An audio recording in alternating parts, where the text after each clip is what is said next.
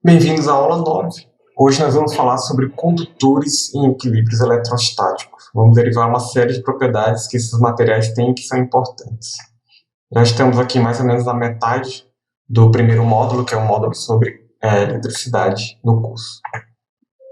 Então, vamos considerar aqui sempre condutores perfeitos, tá certo? Condutores que não dissipam energia para movimentar as cargas. Bom, quando ele está em equilíbrio, é quando todas as cargas em excesso que esse condutor tem, elas já encontraram uma posição onde elas podem ficar paradas. Para isso acontecer, eu tenho que ter o campo elétrico dentro do condutor como sendo zero, como sendo nulo. Porque se houver algum campo diferente de zero ali, vai ter uma força sobre as cargas e essas cargas vão se mexer, então ele não está em equilíbrio. E a condição em que isso acontece é quando essas cargas elas vão para a superfície. Então, eu coloquei um condutor esférico aqui, mas é só para ficar mais fácil de desenhar, serve para qualquer condutor, tá bom? A condição de equilíbrio é quando essas cargas, a carga em excesso vão ser todas de mesmo sinal, tá certo? Então, elas vão se repelir e o mais longe que elas conseguem ficar uma da outra, ou a condição em que é mais estável para elas, é quando elas chegam na superfície e ali elas vão se equilibrar. Ou seja, o campo elétrico dentro de um condutor em equilíbrio eletrostático é sempre nulo, tá certo? Isso é uma propriedade simples do fato, que vem simplesmente do fato de ele ter cargas que podem se mover, ou seja, essas cargas em excesso elas são livres para se mover. Simplesmente por causa disso, o campo elétrico dentro de um material condutor vai ser sempre zero. O campo externo ele vai sempre apontar perpendicular à superfície, não importa o formato do condutor. Isso acontece por um fato simples. Se você pegar o campo num ponto da superfície desse condutor e ele tiver uma componente paralela à superfície, isso vai me dar uma força que é paralela à superfície do metal, ou seja, as cargas ali vão se mover ao longo da superfície. Então, não só as cargas fogem do meio do material e vão para a superfície, como elas se rearranjam ao longo dessa superfície de forma que esse campo vai ficar perpendicular, ou seja, a única força que tem é tentando fazer a carga sair da superfície. Porque se houver alguma força paralela à superfície, o condutor não está em equilíbrio ainda, as cargas vão estar se mexendo ali. Então elas vão se rearranjar de acordo com o formato também desse condutor. E aí eu posso usar a lei de Gauss para calcular esse campo na superfície do condutor. Esse campo externo ao condutor, mas é nesse limite de fronteira do condutor. E a forma como que eu faço isso é eu pego uma superfície que pode ser quadrada ou cilíndrica, tanto faz, aqui no caso a gente pegou uma cilíndrica, e coloca ela ali de forma que a superfície do condutor passa pelo meio desse cilindro. E aí eu vou pegar, o fluxo de campo através da superfície lateral desse cilindro vai ser zero, porque o campo é perpendicular à superfície e à parede do cilindro também. Então, ou seja, o campo é paralelo à superfície. Ou, de outra forma, o campo é perpendicular à normal à superfície lateral. Então, eu vou ter fluxo só através das tampas do cilindro. Só que da tampa que ficou para dentro do metal, esse fluxo vai ser zero, porque o campo dentro do metal é zero. Então, eu só vou ter o fluxo através da superfície de fora do cilindro. Então, esse metal eu vou considerar que ele tem uma densidade superficial sigma, ok? E aí, isso vai me ajudar a calcular o campo. Então, lei de Gauss, integral na superfície fechada de E escalar dA, vai ser igual ao componente normal do campo, que só tem M, vezes aquela área A da tampa do cilindro. Isso vai ser igual à carga interna sobre ε0. Cuidado, aqui a carga interna não é a carga interna ao metal, é a carga interna à superfície gaussiana que a gente escolheu. Para eu calcular essa carga interna, eu vou usar a densidade de carga, carga total sobre a área total vai ser uma constante sigma, então a carga interna sobre a área interna é igual à mesma constante sigma. Então a carga interna vai ser sigma vezes a área A. De novo, essa área A é uma área da superfície do metal que é igual àquela área da tampa ali. Então é a quantidade de carga que está dentro da minha superfície de Gauss.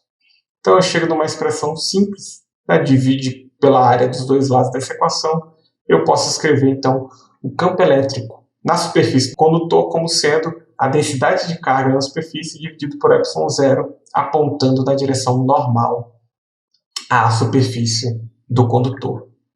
Lembrando que esse sigma ele só vai ser constante se eu tiver objetos regulares, né, bem simétricos, como uma esfera, por exemplo. No caso contrário, condutores de formatos quaisquer vão ter densidades superficiais que variam, né? Então eu posso calcular o campo ali localmente, mas se o formato do condutor for estranho, esse sigma vai variar, e pode variar de qualquer forma ao longo da superfície.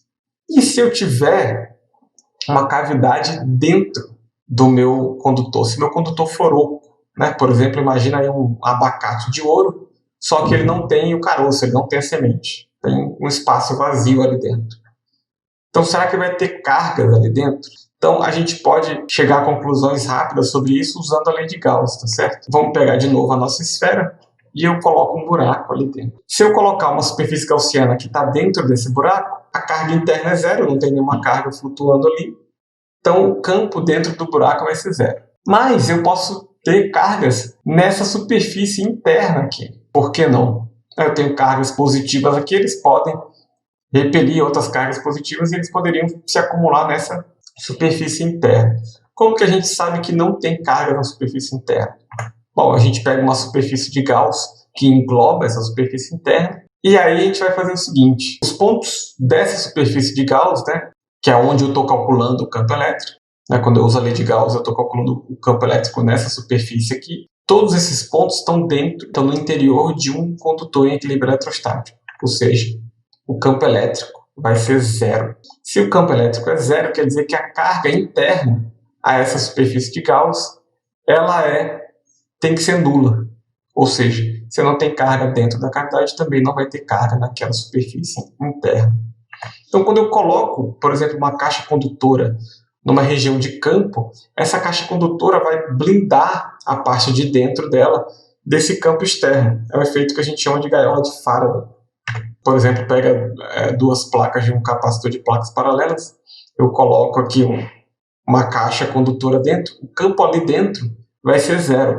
Eu vou ter cargas desse condutor que vão se mover para um lado e para o outro, né? Eu vou ter cargas negativas de um lado da superfície e cargas positivas do outro lado da superfície. Essas cargas vão, apesar do desenho não parecer, elas vão estar na parte externa da superfície, mas ali dentro o campo vai ser zero.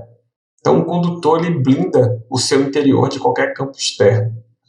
Mas cuidado, é só do campo externo. Se eu tiver um campo interno, esse campo interno consegue passar para o lado de fora do condutor, tá certo?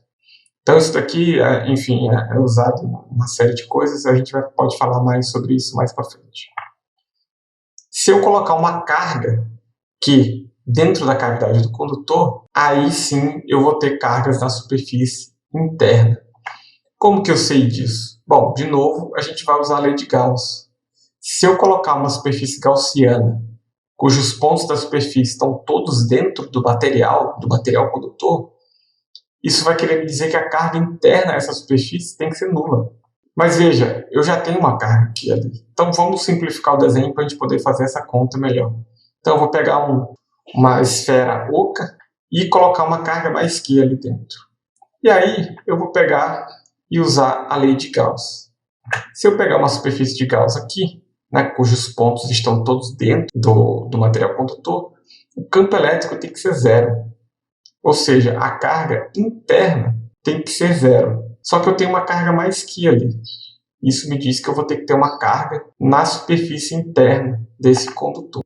Se eu pegar uma gaussiana dentro da cavidade, ela vai me dar o campo da carga pontual. Vai ter aquela carguinha aqui, vai ter aquele campo Q sobre 4πε0, 1 sobre r quadrado na direção radial. E se eu pegar uma casca ali fora, bom, esquece o condutor, finge que a gente nem mexeu nada nesse condutor. Ele vai ter que dar de novo o campo da carga interna. A carga interna vai ser mais Q, simplesmente, já que o condutor estava neutro, certo?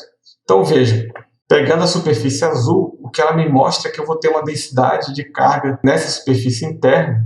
Vai surgir uma densidade superficial de carga de forma que a carga total nessa superfície interna vai ter que ser igual a menos Q, porque o campo aqui é zero, então a carga interna total tem que ser zero. Se o condutor estava inicialmente neutro e eu coloquei uma densidade de carga negativa na superfície interna, quer dizer que vai sobrar um excesso de carga positiva do lado de fora. Então, as cargas do condutor, se eu colocar uma carguinha dentro da cavidade interna, as cargas no condutor vão se rearranjar. De novo, não vou criar carga, não vai mudar a carga do condutor, eu não estou eletrizando o condutor. Eu estou só rearranjando as cargas do condutor. Então, vai vir umas cargas para a superfície interna, porque o campo dentro do condutor, para ele estar em equilíbrio, tem que ser zero. Então, essas cargas vêm justamente para anular esse campo. E vai sobrar um excesso de carga positivo. Esse excesso de carga positivo, de novo, vai para a superfície. Então, ele vai para a superfície externa do condutor. Então, tem uma tarefa para vocês, que vai compor aquele trabalhinho que vocês têm que entregar, que é, pega esse sistema, já está montado graficamente aqui, e calcule o campo elétrico em todos os pontos do espaço, tá certo? E aí vocês vão fazer um gráfico do campo elétrico em função da distância radial até a carga mais Q. Por hoje era isso. Lembrem de ir lá no Moodle e fazer atividade para contar a presença, e até a próxima.